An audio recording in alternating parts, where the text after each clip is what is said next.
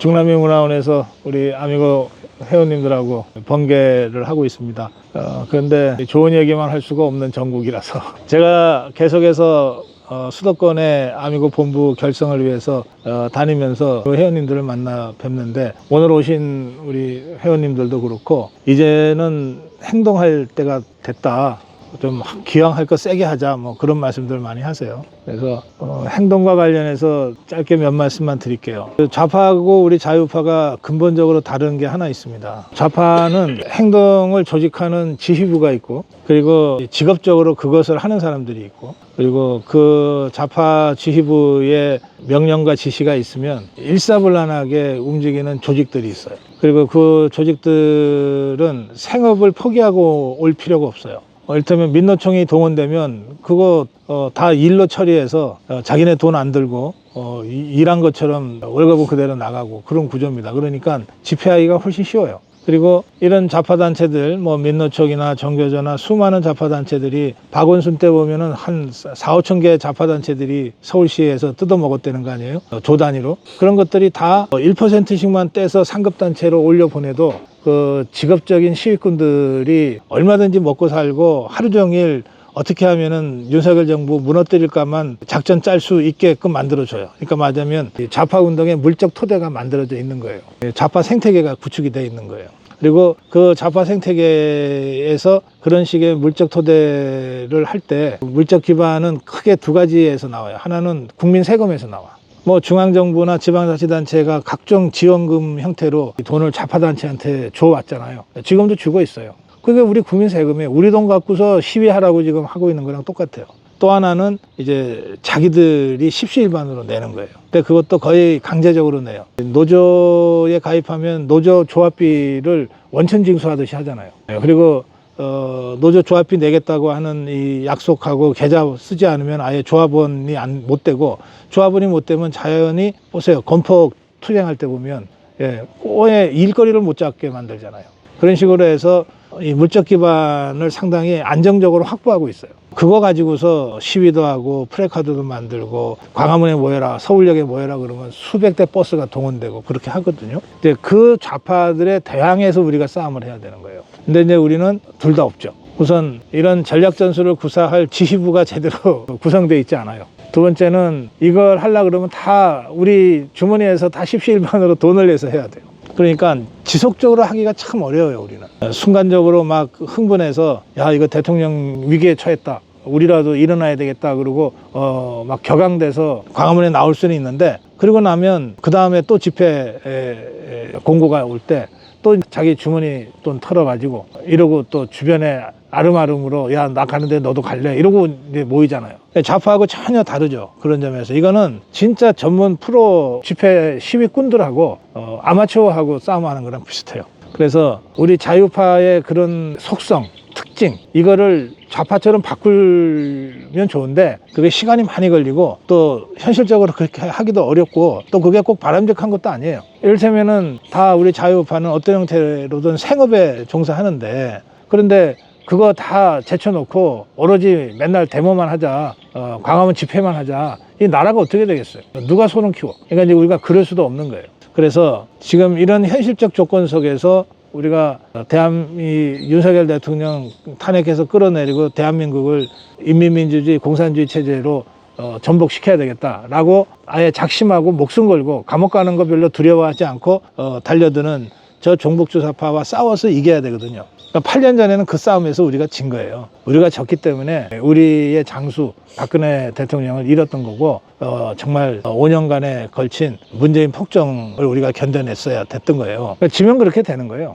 그리고 이번에 우리가 윤석열 대통령 지키기 싸움에서 지면, 지금 상황에서 지면, 그러면 이재명이가 문재인이처럼 대통령이 될 가능성이 매우 높죠. 그러면 이재명이는 문재인이보다도 아마 최소한 2배, 3배 더 아주 혹독한 독재를 할 거고, 거의 나라가 절단나고, 그리고 진짜 공산당이 득세하는 그런 세상이 올 가능성이 많아요. 그런 위기의식 속에서 우리가 다들 행동해야 된다, 이제는 이런 말씀들을 하시는데, 그런데 우리의 처지를 생각하지 않고 무작정 행동하자 해서 우리가 얼마나 지속 가능하게 투쟁을 할 수 있겠어요. 우리 처지를 잘 살펴서 현실적으로 우리가 감당할 수 있는 그런 투쟁을 효과적으로 해야 싸워 이길 수 있어요. 정치판에서는 이를테면 우린 정말 최선을 다했다, 이거는 하나만한 얘기입니다. 이겼다 해야지, 져놓고 나서 최선을 다했다 무슨 소용이 있어요. 정치 투쟁은 올림픽이 아니에요. 참가에 의의를 두는 것도 아니고 2등 3등 해도 격려 박수 줄 수 있는 그런 게 아니에요. 지면 그냥 지는 거야.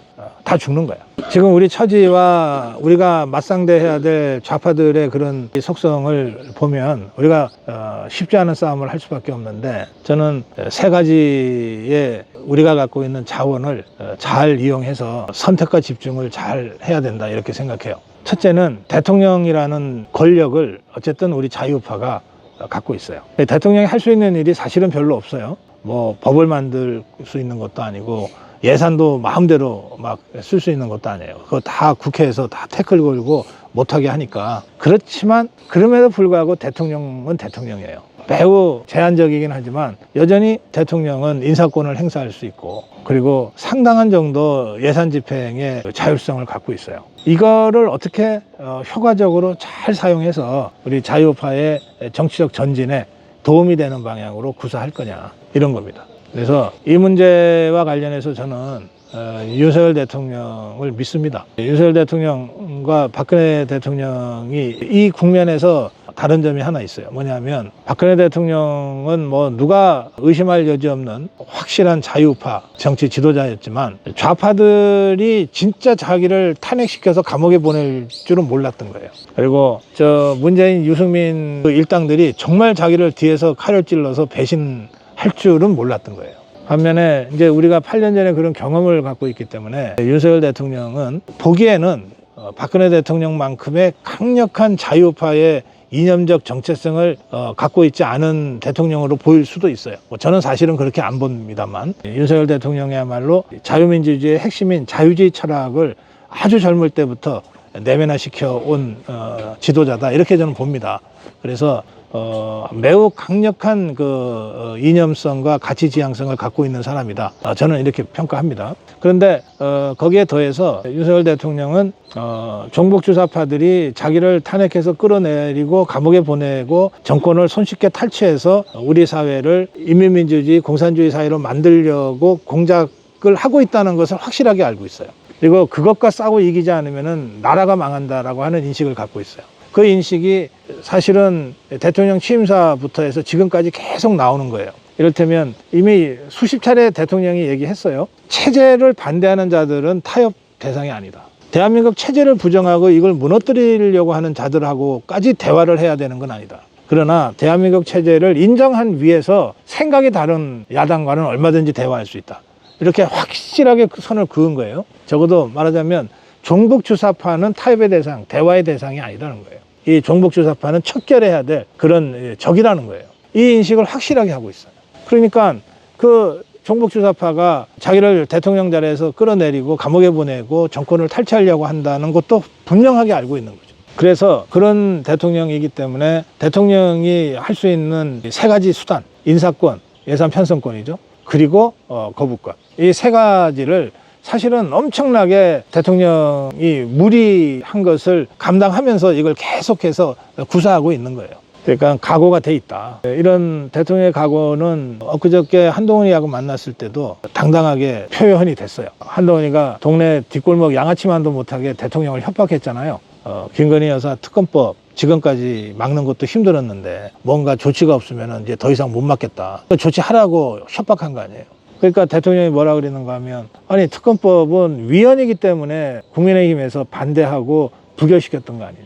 근데 국민의힘 의원들이 생각이 바뀌어서 만약에 통과시킨다면 그걸 어떻게 했느냐, 어떻게 하겠느냐, 그걸 감수해야지. 그럼 감수한다는 뜻은 뭡니까? 특검법이 통과가 되면 대통령의 부인 김건희 여사가 특검 수사 받겠다는 거예요. 특검으로 한번 털어봐라. 검찰, 그 거대한 검찰 조직이 4년 6개월이나 탈탈 털었는데도 혐의점 하나를 못 잡아내서 불기소하지 않았냐, 혐의 없다고 결론 내리지 않았냐. 이게 윤석열 정부의 검찰만 그런 게 아니라 문재인 때의 그 개노릇을 하던 검찰까지 2년 가까이 털었는데 기소를 못했고, 한동훈이 이원석이도 기소를 못하지 않았냐.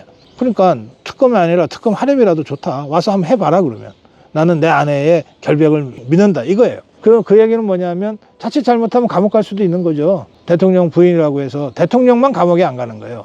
현직 대통령은 대통령만 감옥에 안 가요. 대통령 부인도 뭐 정말 사법적으로 심각한 문제가 발견이 돼서 재판받고 감옥 가게 되는 거예요. 대통령 장모 감옥 갔다 왔잖아요. 그러니까 그 정도 각오를 하고 있어요, 지금 대통령이. 그다음에 이제 그 대통령의 각오가 그런 면에서 박근혜 대통령 때와 다르다. 이게 우리 자유파가 갖고 있는 굉장히 중요한 자산입니다. 죽기로 각오한 지도자와 함께 한다는 거예요. 그다음에 두 번째는 이게 더 전 크다고 보는데 8년 전에 그 정말 처참한 경험을 우리가 잊지 않고 있어. 자유파 국민이라면 누구나 다 8년 전 박근혜 대통령 탄핵 때를 얘기하면 울컥해 다들. 그리고 그 이후에 벌어진 그 일련의 종북주사파들의 폭정을 우리가 다 몸으로 겪었기 때문에 잊을 수가 없어요. 그래서 이번에 또다시 국민의힘 안에 한동훈 일당이 배신을 하고 이재명이하고 손잡고 안팎으로 협공을 해서 대통령을 끌어내리겠다고 하는 탄핵 전선이 가시화되면 이번에야말로 8년 전과는 다르게 우리 자유파가 온몸으로 막아서겠다라고 하는 의지와 결의들이 다 있어요. 이제 그게 8년 전과 확연하게 다른 점입니다. 그리고 이게 힘이에요. 이게 힘. 그럼 이제 세 번째는 뭐냐? 자, 대통령의 결연한 의지도 있고 그리고 우리 자유파의 결연한 의지도 있어요. 그런데 지금 제일 부족한 게 뭐냐? 전략 전술을 구사할 지휘부가 없다는 거예요. 원래는 이 지휘부 역할을 어디서 하냐면은 대통령실과 대통령실의 정무라인 그리고 당에서 하는 거예요. 메인은 당이야, 당. 당은 이런 거 하느라고 만들어 놓은 조직이에요. 당이라고 하는 거, 정당이라고 하는 게 뭐냐면 목표가 정권 장악에 있거든요. 집권을 하기 위해서 만드는 게 정당이야. 또 집권을 했어. 그래서 여당이 되면 이 정권을 지키는 것이 그 정당의 목표예요. 정권을 지키고 다음 정권을 다시 창출하는 거가 이 정당의 목표야. 존재 이유야.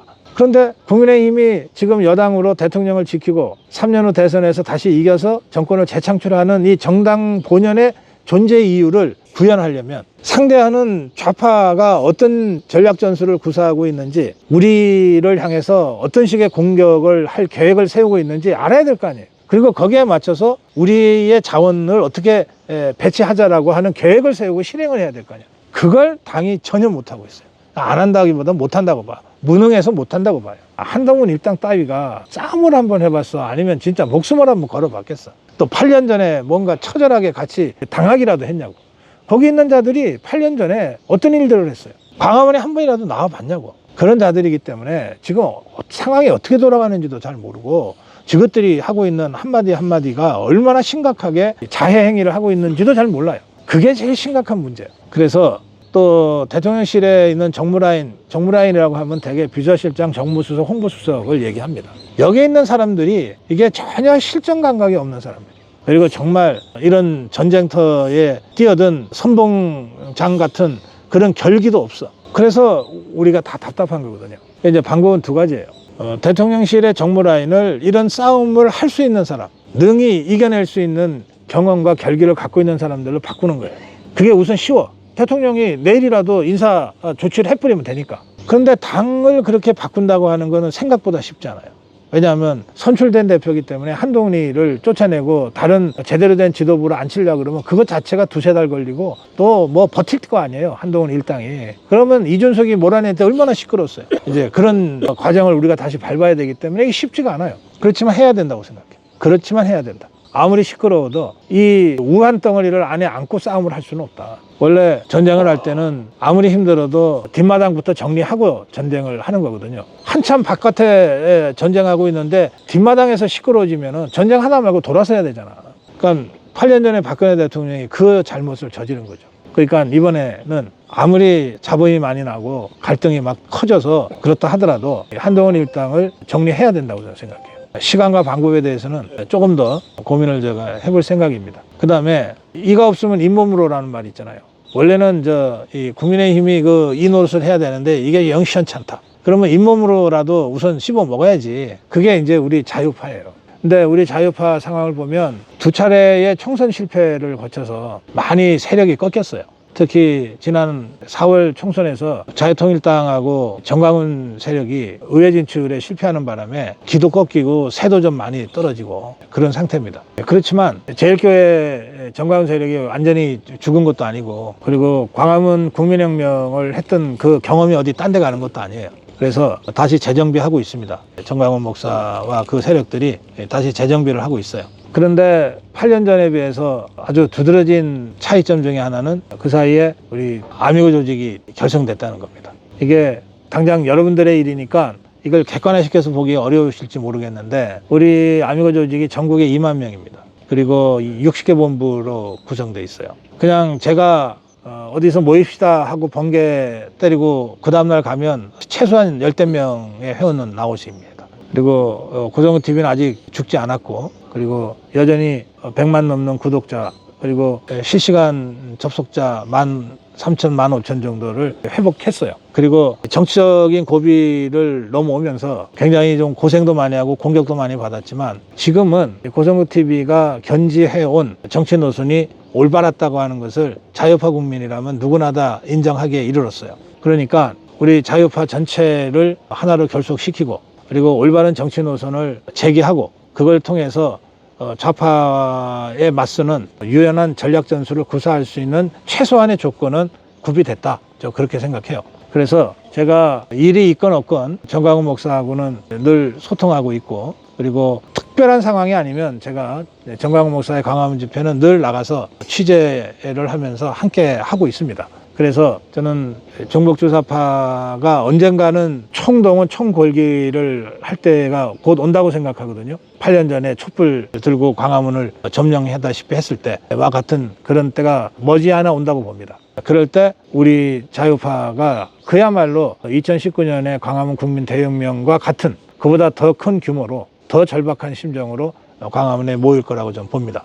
그리고 그럴 때 중요한 것은 그 수많은 대중들을 그냥 군중으로 놔두지 않고 조직된 대중으로 조직할 수 있어야 돼요. 그냥 놔두면 군중이고, 올바른 정치 노선을 제시하면서 행동으로 이끌어가면 강력한 무기, 강력한 군대가 되는 거예요. 그래서 그런 고민들을 우리 자유파 지도자들과 계속해서 함께 하고 있습니다. 그러니까 언뜻 봐서는 막 계속 우리한테는 악재만 터지는 것 같고 제대로 대응도 못하는 것 같고, 반면에 저쪽은 막 기가 살아갖고서 그냥 막 설쳐대는 것 같고, 여기에 한동훈 일당들까지 정신 못 차리고 저 이재명 세력하고 야합하고 손잡고 그러는 것 같아서 굉장히 불안한 느낌을 가지실 수 있는데, 제가 쭉 말씀드린 대로 그때와는 전혀 상황이 다르다.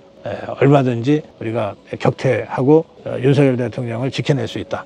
그리고 정권 재창출로 갈 수 있다. 그렇게 생각합니다. 자유파의 정치적 전진의 길에 아미고 회원들, 특히 60개 본부를 비롯한 아미고 본부장들과 이 주요 활동가들의 역할이 제일 큽니다. 다시 말씀드리지만 수만 명을 모아놔도 그냥 모아놓으면 군중이야. 근데 이거를 사단으로 나누고 연대로 나누고 대대로 나누고 중대로 나눠서 조직을 해내면 군대가 되는 거예요. 지금 우리 아미고 60개 본부는 어떤 면에서는 중대 단위는 넘어서 있어. 왜냐하면은 하나의 시, 하나의 군을 커버해야 되기 때문에, 그 점에서 대대나 연대 정도의 어떤 단위적 대표성을 갖고 그 정도의 투쟁력을 여러분들이 갖춰 나가야 된다. 그렇게 생각하고 그 문제의식을 여러분들이 함께 하시길 바랍니다.